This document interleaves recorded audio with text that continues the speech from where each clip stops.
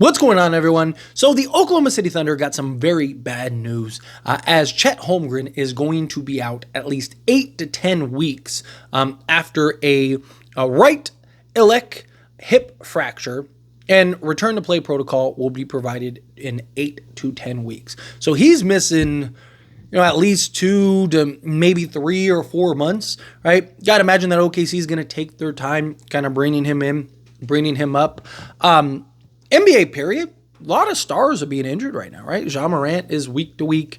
Kevin Durant is expected to miss a couple weeks. Now you got Chet Holmgren. It's not great. I mean, we have Aaron Gordon with the Denver Nuggets, right? Like you're starting to see the injury bug starting to make its way around the NBA, and it's really unfortunate, especially for a team like the Thunder, so incredibly young, so incredibly talented team that is looking to be the top team in the Western Conference this year, if not one of the top 3 to 4 at worst.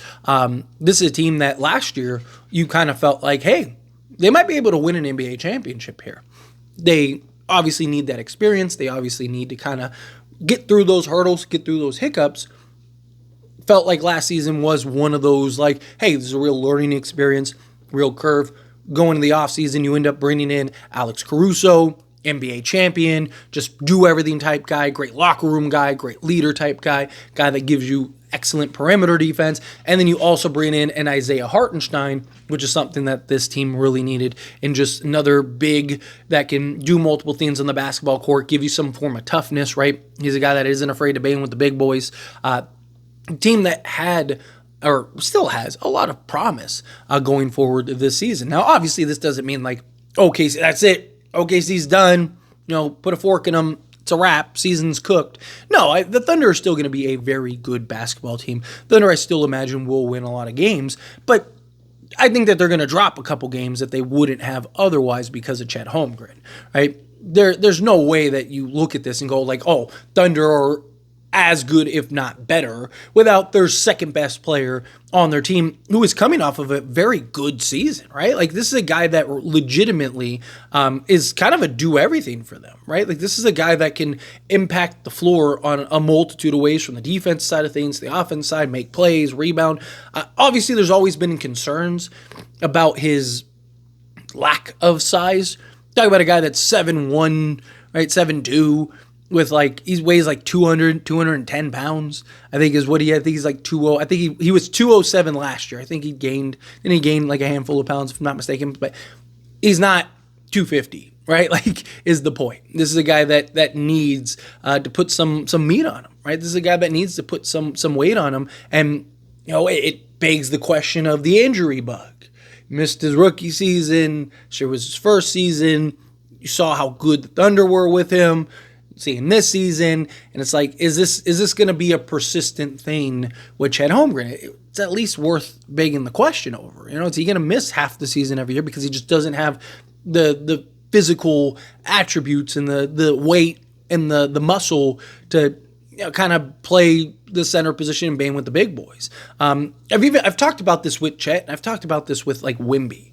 I don't like the idea of them at the center position because you're asking them to have so much wear and tear and bang with the big boys. And Wemby's another guy, right? Obviously, he hasn't had the injury concerns that Chet has had, but still, he's a guy that he's 7'4", 210. Like he weighs. I think the stat that was mind-boggling was that Victor Wembanyama weighs the same amount as Bronny James.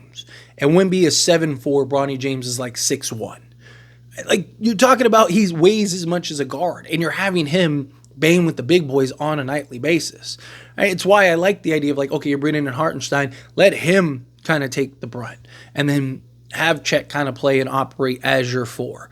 But so far this season, in the 9 games he's played, he's averaged 29 minutes per game. He's shooting 51.9% from the field total. He's shooting 40% from three-point range on 4 attempts, 3.9 to be exact, 57.5% from two-point range on 8.1 attempts.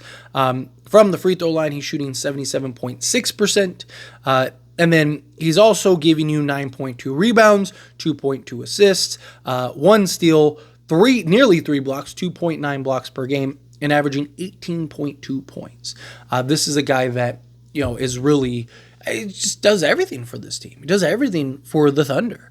And so, if you're the Thunder, you just keep tacking along, you keep playing your game, you keep going about the way that you need to go about. You try to stack up as many wins, but this is a huge loss for a team that really was expected to be atop of the standings. And now you're going to miss your player for half the season, third of the season.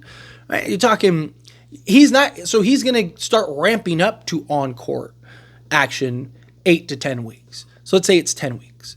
Talking 2.5 months. So you're talking not till February is when he's going to be looking to come back and just start to ramp up.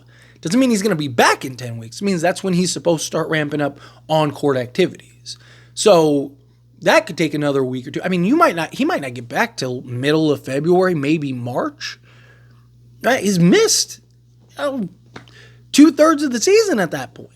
Right? Like that's not great. So you're essentially going through, most of your season. It kind of makes you go like, okay, even better that they ended up landing an Isaiah Hartenstein, because it's like if you didn't have Hartenstein, it's like, well, now what do you do? Right? If you're them, it's like, oh, well, like now who plays that center position for you regularly? Are you really counting on like a Jalen Williams on a regular basis, right? But you look at the way that this team is structured. Also, by the way, Isaiah Hartenstein, right? Like he's not a model of health. That's something else I should mention, kind of throw out there, right? Like, how many games is Isaiah Hartenstein going to miss? How many games is he going to play? Right? That was another kind of caveat that we have here. But right now, you look at the Thunder, they're still in great shape. They're 8-2 on the season. They just suffered their second loss to the Warriors. Same record as the Warriors. So right now, they are, the tied for top 3 seed with the Suns, who again, missing Kevin Durant, the Thunder, and then the Warriors, and then the Nuggets are right behind at 7-3. You got to imagine that the Thunder are going to drop quite a bit of games. I still think the Thunder are going to be good enough to get you top 4 seed at worst, depending on how long Chet misses. So, if you could stay in that 4-5 range, and then when Chet gets back, kind of make that, back in push. Yeah, especially after All-Star break is when everyone's like, okay, this is the back half of the season, second half of the season. It's really not. It's, you got like 30 games left, but it's kind of looked at as like this is where teams start making their punch, start fighting for seeding, start putting themselves in the position to get, a top 4 seed ideally. As long as you're in that top 4 seed, I think that they'll be in good shape. Obviously, a team this young, team this inexperienced, you want the 1 seed, or at least the 2 seed, to where the only way you don't have home court is, if you end up playing the 1 seed, because it gives you that extra umph. If you get to a game 7, you're in your home court, right? Like you get that energy from the crowd for a team that hasn't been in those regularly, in those hard fought road, just, down 3 with $140 left. And it's like, you've done it during the regular season. It's not the same thing as the playoffs. So where now they got to step up and come in. You'd like the home court where you have the crowd in your favor. Refs are a little more on your side, giving you a little more favorable whistle than if you're the home team and stuff or the road team, right? So they need to make sure that they're staying in that like 4 to 5 range. Obviously, you don't want to fall into a play-in or anything like that, which I don't think they will do. Right, I think that they'll be fine. I think they'll still legit be a playoff team.